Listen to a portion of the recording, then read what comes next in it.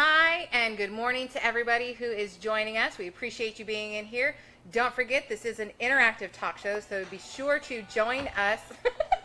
Somebody's joining us right now. That's okay. So be sure to join in the conversation. Comment whenever I'm asking a question. Please know that it is being asked of everybody, not just of the panelists here. And speaking of the panelists, I'd like to introduce you guys to everyone who is here. We even have some special guests today, but our regular panelists are Lakeisha, hello, Alicia, Brandy, Mitra. Our hello. Two guests are Tao and Tanuja. By the way, Tao has like an online magazine kind of thing. It's Macaroni Kid Katie. So it tells all about the different goings on that you can find in the Katy area. And then Tanuja has Love Bites by Tanuja, which are amazing desserts that have absolutely nothing in them but taste really good. That's true.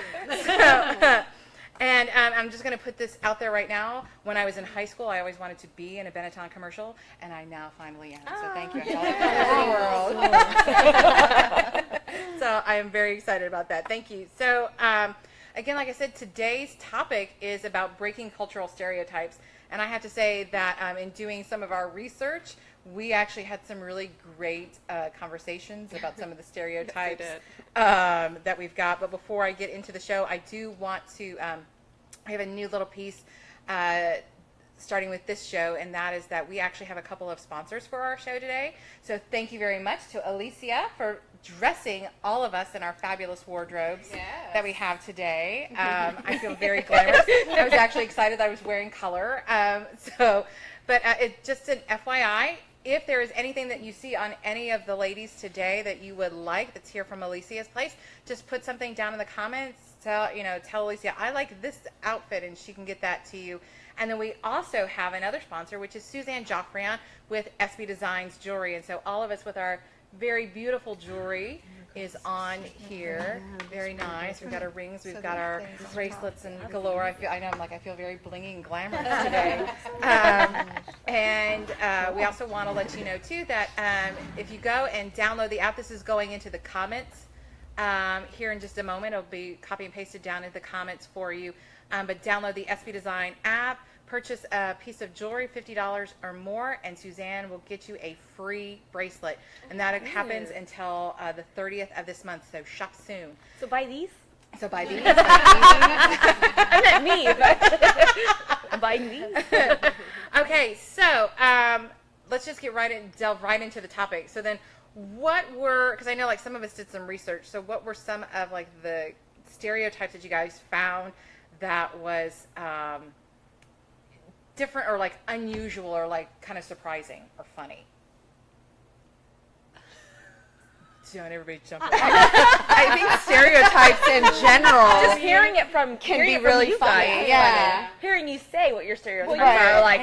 Stereotypes from our culture, right? That's stereotypes from our culture, whatever. Like I know, like when Mitra and I were talking about it or whatever, I felt like an absolute like jerk or dork or something like that, because she was talking about like, one of our stereotypes, like the burqas. I'm like, oh my gosh, yeah, you guys wear burqas and things like. She's like, no, that's the point, we don't. And I'm like, I hence totally the shoulders right now.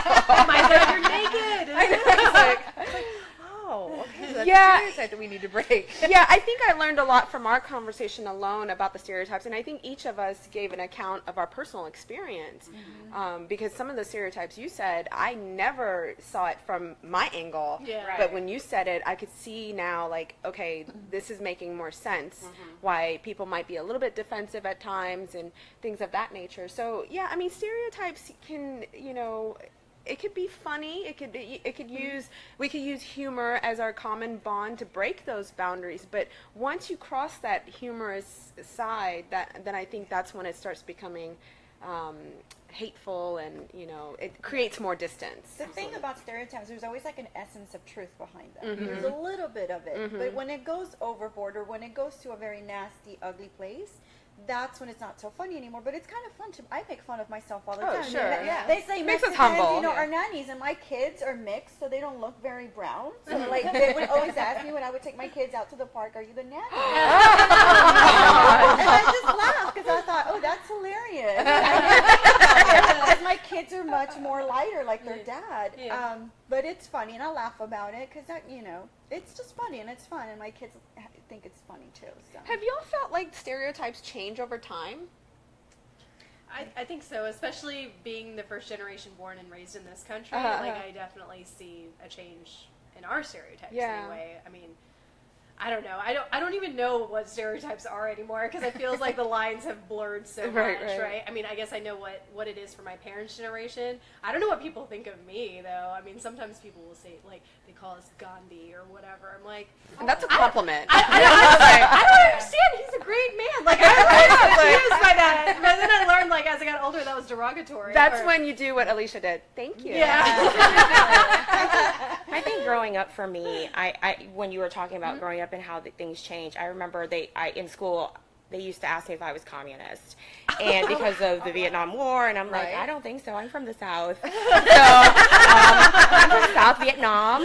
So, but as I've gotten older and become more Americanized, there's a stereotype for FOB. We were talking about fresh off the boat versus Vietnamese American, and that's what I consider. So, but some of them still tag along with you, like, are you a bad driver, and do you wear flip-flops everywhere? Well, yes, I do. And she did come late today. I know. She drove here. I came late. Well, I was told to drive like a white woman, and I did.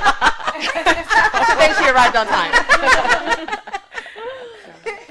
But I laugh now, because nobody wants, I like it because now nobody wants me to drive anywhere, so I get chauffeured everywhere. Nice. I'm okay with that. That's an okay stereotype. I know, because, at the end of the day, I'm like, did you die? So, you made it here. You're cool. You're okay.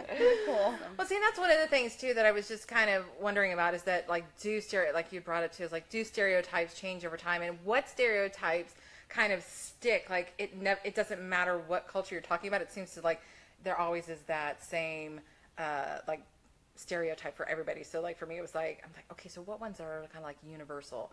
And a lot of them for me kind of like stuck with like women stereotype. Like it's the whole like, you're quiet, you're in the background, that kind of thing. Like that seems to be like everybody's like role for women to be or whatever, like no matter what culture it was. But what are some of the stereotypes that are there? Like we got the nanny one, but like what are some of the stereotypes that are there? It's like, because you said, like some of them have some truth to it, but like what are some that are like funny, and they're funny because there's absolutely like zero truth to it at all? Oh my God. Okay. We all have one. All African American women have attitudes. Like we don't all have attitudes, right? Girl, no. Some of us are really super positive and we don't have attitudes. I think a lot it's the cultural difference, I think it is. And it's that a lot of times, and it's in every culture, you don't know like what a person's been through. You don't know, their background, how they were raised, right? So you automatically see this person and you think that they're angry or mad about something. And that's really not the case. Sometimes they could be the nicest person, but maybe because they've had maybe like a bad day or you had one bad experience with them, we are quick to label like, oh yeah, she's an angry black woman. And it's really just not the case. Get to know us. We're really great people. Yes, I agree. Or that Mexicans are lazy, that sort of thing. Oh, or, yeah. they always The opposite. They do all the work. And that's what I was going to say. It's like, there were always like these depictions of old photographs where they would have the Mexican guy with his hat. Oh, the big sombrero. Yeah, with the big sombrero, just taking a legs siesta. propped up. Which is not even, it doesn't happen in this part of the world. It happens in Spain, and more of a European thing. But that's the one that I'm like, that really bothers me. I mean, that one gets to me. Well, it was because they were taking a siesta because they were working so Working hard. hard. I mean, like, Yeah. Okay, so let's see here. Eva's commented in here. So stereotypes will change and be broken down, put in a good place once we really start mixing and talking to each other. Exactly. That's a future we need to strive for. And by the way, she says hi. So hi, Eva. Yeah. Hi. Eva is like the quintessential breakthrough of stereotypes. She represents Polish culture, British culture, and she's always diversifying her friends. Awesome. So yeah, I think that's the point that we need to get across, is that the only way to get through stereotypes is by having access to the facts. Yeah. Yes. Right. The educational reality. Yes. One of the stereotypes I grew up with is camels. Yeah, like we get everywhere with camels. Camels. Elephants. Too. Elephants. Okay. And now we eat dog. And I came here when I was 4, so it's not so I couldn't really defend myself, and I was just like, okay, maybe, I don't know, because I would see depictions of camels and Arabs and Middle East, and there we go. You have the whole geographical area, depicted with camels. And until I went to Iran after 10 years of being here, dude, there are so many donkeys in there. There are so many donkeys, donkeys and Persian cats. There's no camels. Only for, at the circus or something like that. Right. So it wasn't until I actually traveled to know, what I need to stand for. Right. So absolutely. Getting out of your little box is very important. Absolutely. To see where right. Kind Radio, thank you so much for tuning in. Thank you. I'm glad you liked the conversation. And Fabian, say hello. So I wanted to piggyback off of something you were saying that makes you mad. I have one that kind of frustrates me, and that's white kids are privileged. Everything's handed to them. And because I kind of had a hard knock life. So when I was 18, I was working everything I've had to do for myself. And people were like, oh, you don't look like that. You look that frustrates me. That that white people have that. You're entitled. You're in fact, that does irritate me a lot. But I had to really work to where I gotten, and nothing was handed to me on a silver platter. So that really frustrates me a lot. When people meet me and they're like, "Oh, you look so I thought you were a snob." Nice. Yeah, someone told me that the other day. I was looking at your pictures on Facebook, and I thought you were a snob. And I was like, thanks for getting to know me. That's what you pull me. Thank you. And so, that one bothers me. That one makes me a little angry. Get to know me. Yeah. Real quick, I wanted to point something out real quick because we have people commenting. Brandy, you want to tell them about what your offer is? I have a lip gloss giveaway, Fabian. If you want to give it to someone else, you can. So by commenting below, you have a chance of winning one of my free lip glosses. So comment below, and you were entered to win a lip gloss. Awesome. So when you guys were talking about donkeys and elephants and stuff like that, so because for me it was kind of hard because I was like, I could pick out stereotypes for everybody else, but I was like, I don't know what the white stereotypes are. But I know when I moved around a lot, I was an Air Force brat, and so I know that when I was born in Texas, and so when I ended up living in Ohio, the thing that I got asked a lot was, do you have cows? Mm-hmm. And do you actually have Texas. Grass? And do you ride a horse to school? Yes. Yeah. And it was just kind of like, yes, we have grass. It was just a desert. It's weird. I know. It's very weird. So I'm just wondering if, then within your own culture, do you have the stereotypes for different areas within? Oh yeah. So northern India. They're more they're more light skinned, they're more fair skinned, and they like to own hotels. I won't name any particular last names. They own hotels. They're business people and stuff like that. South India is more that's where I'm from, darker skinned, more the doctors, engineers, more professionals, if you will, I guess professionals is the best word. But, and I remember seeing this. I can't remember what the show's called, but it's the show of all Indians on, I think, Netflix or something. And it's a business, and they're trying to hire somebody for, an engineering role. And they're like, make sure you pick a South Indian. They know how to work hard. So. That's a good one, yeah. Regional, of course. Yeah. I have a funny one. Oh, what were you going to say? Oh, I was just going to say, you said regional, but it's really important. These borders sometimes have a very heavy political strife with it. I've mistaken the Slavic language oftentimes with, I'm sorry, I apologize, Russian language, and it's painful and hurtful because there was a war with the neighboring countries, so it's really important, like I said, to travel. Even if we don't have the means to travel, there's Rick Steves, Rick Steves is amazing, National Geographic, these are educational, they're not biased, they're not trying to sell you on one country over the other, and it helps to, kind of attenuate the fear and the block that we have. The other suggestion I would make is to open yourself to speaking to someone who's from a different culture. Absolutely. And different language. Yeah. And Absolutely. ask them, I've heard this about most of the time when you come with authenticity and genuine questions, they're really open about it. Break down the I think that's a What great were you way. gonna say, Brandy? I was going to talk about some funny ones. It's like the whole white girls can't dance. Can you dance? Are you going to tell us some Are you news? going to show up? Not now. But I have a funny story. So, like, when I was younger, that really bothered me. I used to be in my garage practicing, and then I was on the dance team in high school. I still don't think I was any good. Now I can dance. The other night, I was downtown, I was dancing, and then I was crossing the Segway. I almost tripped because there was a rope, and someone goes, "Are you okay?" And then I heard the party go, "Yeah, but she can dance." And I was like, woohoo! Awesome. Yes, accomplished. So, Lori, Perry, Iris, I love your name, Marvelously Millie. That's awesome. I thanks so much for joining us today. I appreciate that. So yeah, I was gonna say, I mean, that to me, when we first brought up the topic of like having this as a topic for the show, I have to say I was very nervous. Why? Are you kidding me? Because I was like, we're gonna be talking about like stereotypes and like, you know, what if I offend somebody by sharing exactly. Right. Yeah. You know, I really appreciate the fact that we're doing that we're I'm doing not this, easily that I'm offended. Yeah, neither I am joke it off because it is about educating people. Yeah. You know, like the other day, nothing against one particular Beaver store when you travel far places. I was like, what? But Buc-ee's. But I went into Buc-ee's I and went this another direction. this gentleman. Oh no, that's not me.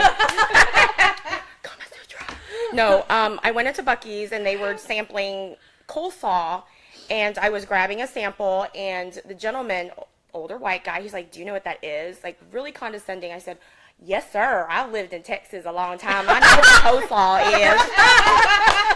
is." So he gave me a look, but it's one of those, don't assume everybody is ignorant or is fresh to this country. Yeah. You know, talk to everybody like they're human. Right. So that's it's all it is talk to people with respect and like they're human. If you all don't know Tao by now, she's full of humor, and I think that's a key element in breaking these boundaries with fear. You know, there was several comedians. They called themselves Axis of Evil. This was after President Bush Jr. had said, you know, that there's certain axes of evil. Yeah. So they created this whole like comedy tour based on the axis of evil. It was like a Jordanian, it was an Iranian, it was a Jew, you know, so, and that's how they were able to create, you know, start that conversation, because a lot of people that have fear, they're not going to have a serious conversation. Right. Yeah. But with humor, it's kind of like the common thread. We can kind of we all can laugh, right? Yeah, totally. So we can laugh together. Absolutely.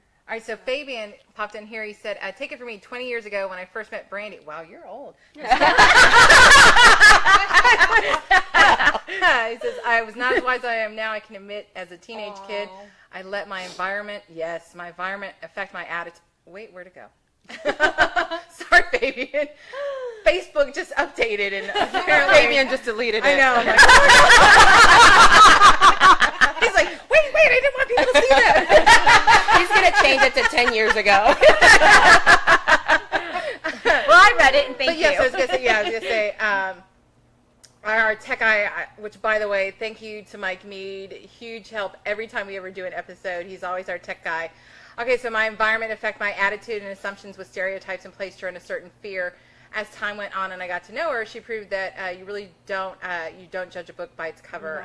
She's been a very amazingly accomplished woman that I'm honored to say I know. Look, 2 likes. That's pretty cute. I know. See, that's what I was talking about. Thank you. Exactly. And I think that I know that I have to say that when I was a teenager, oh, good Lord. I mean, the things that, you know, you fall into when you're around certain people. And that's why I think it's really important that we start surrounding our kids, making sure that who we're surrounding our kids with has got a diverse kind of attitude, because again, that's what you're picking up, that's what you know, that's what you think, and so that's what you're then going on. And I think that then a lot of times is what is perpetuating a lot of the stereotypes that seem to keep going on and on and on and on. Okay, so is this This is for you, Mitra. Yeah, you ladies look great. Thank you. That's because of Alicia and Suzanne that we look so fabulous. I said, can you tell us some more about your trip? What were some of your favorite memories? Well, my first trip to Iran was exactly 10 years after I we immigrated here from Iran. This was post-revolution, so there's still a lot of, things going on with Iran at the time, and the relationship with America, of course. And the thing for me was, I had seen Not Without My Daughter. I don't know if you've seen that. And that kind of set the tone for me. I was terrified, but I wanted to see my family so bad that I was like willing to just go, So I wore the hijab, and okay, so you have to know that Iran is an Islamic republic. So in the streets, in the public, you have to cover up.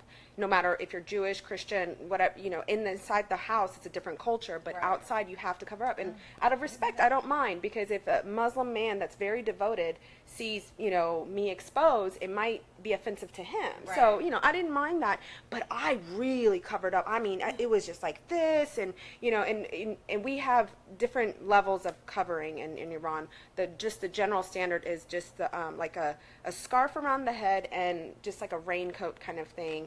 And then if you're really pious, you wear a chador, and the chador is just one sheet that goes over. So burqas are actually only worn in Afghanistan, and they're the ones that have the kind of caged mesh. And not every Afghan woman wants to wear a burqa. Right. So that whole comment about Iranians having burqas, invalid. And then all Arab women, all Muslim women wanting to wear burqas, invalid, because there are some really stylish Muslim hijab-wearing women that I'm like, wow, I want to be Muslim. So going to Iran and actually seeing that it's not as terrifying as that movie made it for me was just groundbreaking. So again, travel, people, travel. I think adding on that is they assume a lot of people from Iran or from the Middle East are automatically Muslim, and a lot of people don't realize that it's also very Christian. There's a big very Jewish much, So that's another stereotype that people always sort of make when they don't have the education. And then with that word latches on a more pejorative meaning terrorist. Exactly. So can you imagine being like Jewish Arab, and being called a terrorist, when you have terrorism against your Jewish people, So it's not fair to a whole society, so. Okay, so I have a question. Yes. I'm going to show how ignorant I am. Okay, so I know the burqa is with the screen. I have no idea, because I've seen a variety then of different kind of headdresses. And so what is the difference between, like, is everything else called a hijab, or like what is, so like no matter how much is covered, if it's just around the hair, or if it's like I've seen longer, is that all? Right. I mean, without getting too religious, and I haven't read any holy books, but I know, I think I know, and I think I understand that holy books are very poetic. So if you take it for the literal meaning, you can almost become an extremist. So the word hijab means to be modest, to be, to respect your body as a female, to just not be a representative of a sex symbol. Because back in the day, that's what women were perceived as. So Islam comes and tries to protect women by covering them. Gotcha. That was the idea, but now how humanity takes it by oppression and all this and that's a whole different story. So a hijab technically just means covering up modestly. So that could mean long sleeve shirt, that could mean tight veil. Every woman does it differently, right? Okay. Yeah, and I mean, and I don't know what it is about the hair, but you see that in Orthodox Jewish religion. You see that in Hinduism. Sometimes you see that in other cultures too. So something sexy about the hair. I don't know. Let's see here. Anna said hi. Hi, Anna. Hi, Amanda. And then Eva. Is it Eva? Eva. Okay.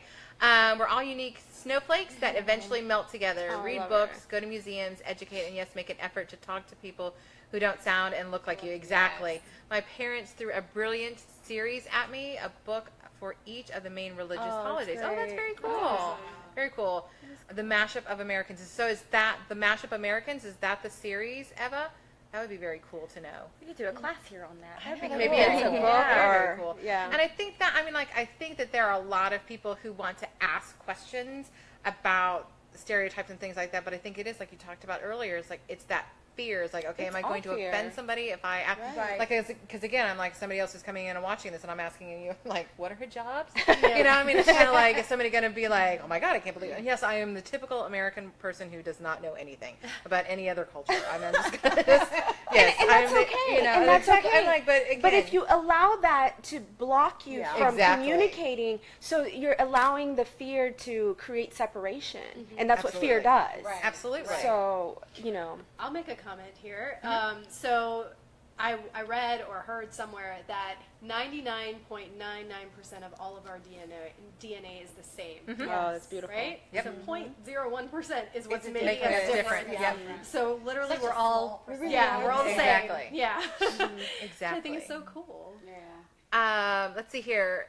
You might need to hit see more so that way I can read Fabian's thing. Thank you. So in regards to stereotypes, I think unfortunately, historically speaking, I hope not, but they have been around forever and might be with us for a while. I absolutely agree. I think to really pave the way for positive change, it has to start at home with two good party parenting. Absolutely. Teach love and respect to all. We can't leave it up to society or the media to be the ones to continue to sculpt future minds with dated, prejudicial notations, because the cycle will never end. Amen. Perfect point. Amen. And Eva mentioned that it's a podcast, so. Oh, it's a podcast. Yeah. Awesome. Very cool. So yeah, I definitely agree with Fabian. I have a comment on that actually. It came up when you were saying something about, introducing our kids to other kids of other cultures and stuff like that. I don't know how it is with you guys or you guys, but for Did she just call us guys? you ladies, See my eye? Is that a cultural See my eye, I see you. Her almond-shaped eye, I see you. but our parents always, I mean, they never obviously prevented us from hanging out with other people. I had like tons of friends, but my friends, I will say, were predominantly Indian and Asian, and literally I think it's just because we were like the smart kids, and it made, I mean, like we were all in the same classes and stuff, right? And our parents never said anything about us hanging out with them, because you're surrounded by people who are equally at your level intelligence-wise and whatever, so they want you to grow in that way. Did you speak the same language? Maybe that was... As what? As the friends? Yeah. No, but they were like Indian Asians. Like, it didn't matter. Filipinos, Korean, whatever. It didn't matter. Like, as long as we were all in the same pool of getting A+. Because sometimes, that's all that but matters. sometimes Both her Indians kids. inside of Indian sub-enclaves, will be together because of the language barrier. Yes. So that wasn't me exactly. I mean, we had our group of like, I'm Telugu, so we had our group of Telugu speaking folks, like that we got together with on the weekends and stuff, like parties and everything. I never really started hanging out with them more socially on my own until more recently. Sorry. But growing up, there were so few Indian kids in school to begin with that we would just all cluster together. And I mean, there are cultural norms that, I mean, we talked about the shoe thing, right? White people wear shoes everywhere? What? Like, I don't understand that. But yeah, I mean, we take off our shoes and it's like understood. So whenever somebody comes over to our house, like if Tao were to come over to my house, like she would know she is supposed to take it. Leave them at the You don't front have to door feel in a awkward pile. asking her. Yeah. But my stepmom has a sign in front of the door. Yeah. And for all my friends Which that are brings not up an Iranian. it brings up another interesting topic of marriage, right? I mean, you said stepmom. So, obviously in our culture, arranged marriages, I'm sure in yours too, right? Is it a common thing, arranged marriage? That's a stereotype. Oh, okay. Well, Yeah, because we don't have arranged marriages. really, I thought Muslims were like, oh, you're not Muslim. Okay, another stereotype right there. They're not all Muslim. We're not all No, Muslim. no, that's not what I meant. I thought because of your last name. No, we have arranged marriages, but it's so, I mean, it's not common at all. okay, I mean, these are remote villages, and again, it's out of necessity and need. They want to marry off the girl soon, and we don't have too much of that. Okay. Yeah. So it's very common for us. But there is now. Let me shoot another stereotype back at you. Because I saw this theatrical play performance done. It was about women that are widowed can't marry again in the Indian culture. Is that true? I mean, that was true back in like I think, ancient days. Okay, I don't know okay. that it's, I mean, some people still follow it. Okay. I mean, I don't know that it's, and it depends if you're talking about Hindu culture or if you're talking about Indian culture, because they're two different things, right? So there is this idea of, I mean, there's a story of Sati in the Hindu culture where you hear her, once her husband dies, she throws herself on the fire. Oh, wow. And she no longer exists without her husband, essentially. I haven't seen that. Not even just the burning thing, but like obviously not getting married again. I haven't really seen that. I see a lot of people remarry. Stuff like that happens. I mean, it's life, and especially if you're young, you don't want to be alone for the rest of your life. But it's a culture also filled with superstition, so there's a lot of reasons why a lot of it is like the way it is. Yeah. And arranged marriages for us is a little bit of a different definition. For us, it's like the family seeks, someone that's single, available, and the, bride's family seeks some, future bride seeks a prospect or whatever, and they can join if they like each other. Then it's not forced at all, And in a way, I kept on asking my parents when I was single. I was like, why aren't y'all searching? This is getting so hard for me. This dating business is so hard. That's true. Nowadays, it's so hard. You're like, I want an arranged marriage. And my parents are so progressive, and they're like, no, we want you to marry from love. And I'm like, really? I'm so tired right now. just find someone. Okay, so we've got Laura who said, yes, Laura, this will be available later. You can't wait to see it all. You can come back and watch it here. It'll be staying up on the Nerdy Girl page. And then Heather, hijab is a beautiful thing when worn with sincerity and not forced. My niece is the most beautiful, devout Muslim and is an example of modesty and good deeds. I'll continue to teach my daughters the same in regards to the beautiful meanings behind different cultures and to have respect. Thank you all, Helia and Helia. See, because I'm afraid I'm going to. So what's your actual name? And why do you have two? It's Helia. Okay. Mitra is the author name. Yeah. Okay. Yeah. Gotcha. Her pseudonym. So thank you for educating us further. So yes, well, thanks, Heather, for joining in. I appreciate it. Most families, if the parents approve, then the marriage is allowed in Iranian. Am I saying that right? Culture. Iranian. You put your ear on. Nice. There we go. Iranian culture. Then marriage is allowed. With my experience and my so tell me that. Hamsada means my soulmate. Oh, yeah, she's in love. That's good. She was not forced. Tara joins us every month, y'all. Hi, Tara. That's awesome. I will say that we were talking about family and continuing to teach our children our own culture. I feel that I failed because growing up, my mom really told me, stay away from Asian men, stay away from Vietnamese men because you don't want to marry somebody like your father. And so growing up, it was all Americanized, everything.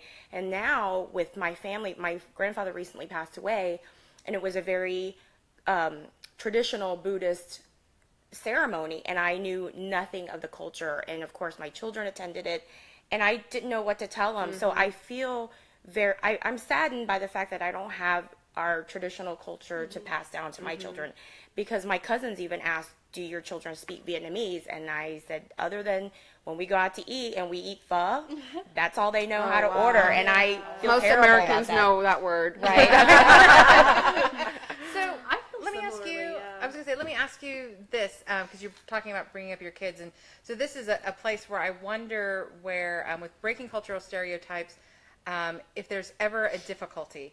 Because there's the cultural stereotype, there's teaching your culture, but within every culture, there's the way, there are some things that are, I don't know, outdated or whatever, but where we need to break the cultural stereotype of the way that women are seen. And so I'm just wondering, then, do you find yourselves butting up against things when you're trying to teach your kids about your culture, and yet what parts are good and okay too, and then what other parts are like, yeah, we really need to stop that, that kind of thing. So I'm just wondering, I see it from a child's perspective because I don't have children, but I see it from the way my mom, I'm dating. And that's obviously like very new for them too. They had an arranged marriage, so this dating thing is hard. But I don't trust my parents to pick someone for me. It's okay, they probably feel the same way about you, so it's okay.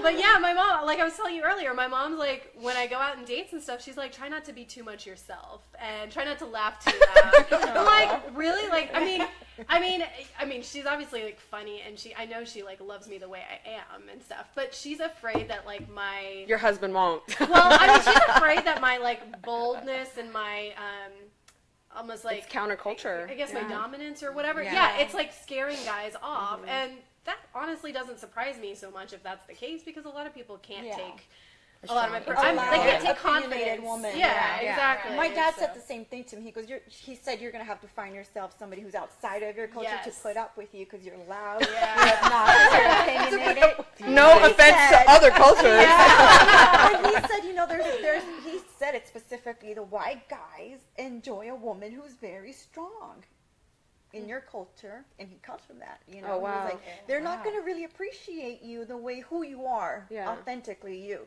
Because I was the firstborn, and I was very opinionated. I've always been very, you know, headstrong. Yeah. I mean, that's an opinion. Super headstrong, always knew what I wanted, and very serious about it. So he recommended I get out of my little circle and go outside. And that's what I married. I married somebody outside of my But that's what I love about the U.S. So, you know, it's the immigrant advantage. It's the advantage that we want to, you know, convey to others. Yeah. Because it's cafeteria culture here, you know. There's so many certain aspects of Iranian culture that I absolutely adore, that I wanted to go live there with the whole like oppression out in the public and all. I didn't mind because it was worth it, this certain elements. And then there's other parts of my culture that I could so do away with. And I have that opportunity here in the States to pick and choose and say, okay, you know, my niece and nephews are half Iranian, half Black American, and I get to choose and tell them, okay, these parts of Black culture, I really want you to keep going, and these parts of Iranian culture, I really want you to keep going. You know, so no other place in the world you can actually do that. I would say, that's right? true. Yeah. Maybe I love this place. Europe. Yeah, me too. I haven't been back to India in it. 17 years. Wow. Yeah, it's a long time. It's not because I hate. I mean, it is because I hate it, but it's literally just because I think it's dirty. That's it. Okay, that's a stereotype. I've been there. It's dirty. The streets are full of trash. I don't like it. I've been there. It's true. Yeah. Yeah. I don't think that's a stereotype. It's just dirty. It's That's not fact. the same as here. Yeah. Yeah. Okay, well, I think we're just about out of time. What I wanted to give everybody an opportunity to do here with the ladies is that if you've got something that's going on here within the next month before our next show, if you want to go ahead and share it, I know that that is also something, too, that will be put down into the comments as well. So, Tao, do you have anything going on? There is, I'm participating in All About Katie's Summerfest this Saturday, so you can go to All About Katie's Facebook page and get the information for the times and the location this Saturday. Okay. Manil Indie Book Festival happening May 6th, and I'll have a booth there with my books and T-shirts and all that good stuff. Definitely support local authors and indie authors. Very cool. So I'm the resident artist here at the boutique, and right now we're focusing on prom bookings. So feel free to call here and set an appointment with us. Awesome. Alicia? Yeah, so prom is coming up, so we want to be able to, Brandy and I are going to collaborate with styling, and Mitra's going to help us as well. I also want to promote a Mother's Day gift box that we're doing for a promotion, and it's got a really yummy organic skincare. You're going to really love it. I don't have anything in particular to promote, just my desserts. They are dairy-free, grain-free, gluten-free, free of all white processed sugar, high-protein, low-carb, paleo-friendly, diabetic-friendly, soy-free, corn-free, non-GMO, and everything can be made vegan. So you can just visit my website to see what I have to offer, to lovebitesbytanuja.com. That's the best elevator pitch I've ever heard. Can I just say that I made her brownies, and they are so moist. So I'm just saying they're very good. They still taste like pretty much like They're a real good. thing. They're good. Yeah. Good. Keisha, what you got going on? I'll be doing an interview series starting the first week in May, so I'm going to be interviewing a bunch of hot entrepreneurs that are out on the online market, so look out for that. Cool. Awesome. And where can they catch that? Where? Well, yes. Oh, you can actually catch that on my business page at lakeishasarba.com on Facebook. So it's going to be a Facebook Live interview. We'll be side by side Facebook interview. Awesome. Very cool. And I wanted to let you guys know that you can actually sign up to catch information about upcoming episodes, as well as having opportunities to get your business spotlighted here on the Define Her Story show. And you can do that by visiting bit.ly/DHStory. DH Talk Show. So that is bit.ly/DH Talk Show. It's all lowercase, and again, that's going to be popping into the comments here very shortly. So thank you so much, ladies. This is amazing. I want you guys, too, to be watching out. We're going to be taking pictures of all the outfits and jewelry that we have on and be posting and tagging everyone in that so that way you can see those. Thank you so much. Y'all have a great day. Bye. Bye. Bye.